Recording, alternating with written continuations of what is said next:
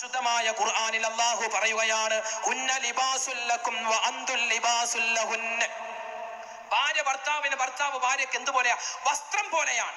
വസ്ത്രം പോലെയാണ്. വസ്ത്രം എന്ന് പറഞ്ഞാൽ 3 പ്രത്യേകതയുണ്ട് വസ്ത്രത്തിന്. ഒന്ന്, വസ്ത്രം നമ്മുടെ ശരീരത്തിലെ ന്യൂനത മറച്ചു വെക്കും. ഭാര്യ ഭർത്താവിന്റെയും ഭർത്താവ് ഭാര്യയുടെയും ന്യൂനത മറച്ചു വെക്കേണ്ടവരാണ്. പിന്നെയോ, വസ്ത്രം എന്ന് പറഞ്ഞാൽ ശരീരത്തോട് ചേർന്നാണ് കിടക്കുന്നത്. ഭാര്യ ഭർത്താവിനോട്, ഭർത്താവ് ഭാര്യയോട് എപ്പോഴും ചേർന്നിരിക്കേണ്ടവരാണ്, അകന്നു പോവേണ്ടവരല്ല.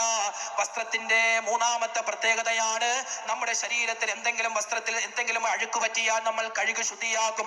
ഇങ്ങനെ ഭാര്യയുടെ ഭാഗത്ത് നിന്ന്, ഭർത്താവിന്റെ ഭാഗത്ത് നിന്ന് എന്തെങ്കിലും ഒരു പ്രശ്നമുണ്ടായാൽ, എന്തെങ്കിലും ഒരു ദുഃഖമുണ്ടായാൽ, സങ്കടമുണ്ടായാൽ അതിൽ നമ്മൾ ക്ഷമിച്ച് മുന്നോട്ട് പോവണേ. അത് പരിഹരിച്ച് മുന്നോട്ട് പോവലാണ് വേണ്ടത്.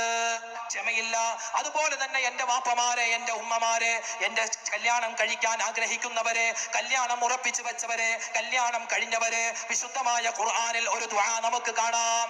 വിശുദ്ധമായ ഖുർആനിൽ ഒരു ദുആ നമുക്ക് അല്ലാഹു തആല പഠിപ്പിച്ചു തരുന്നുണ്ട്.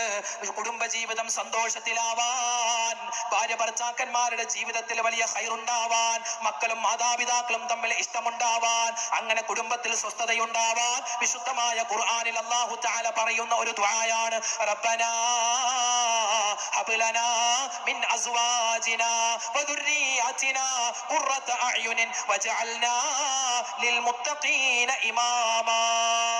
ഈ ദുആ നമ്മൾ പഠിച്ചു വെക്കണം. അല്ലെ, ഭാര്യമാർക്ക് വേണ്ടി ദുആ ചെയ്യണം, ഭർത്താക്കന്മാർക്ക് വേണ്ടി ദുആ ചെയ്യണം. നബി സല്ലല്ലാഹു അലൈഹി വസല്ലമ തങ്ങൾ തന്റെ ഭാര്യയാകുന്ന ആയിഷ ബീവിക്ക് വേണ്ടി എപ്പോഴും ദുആ ചെയ്യും.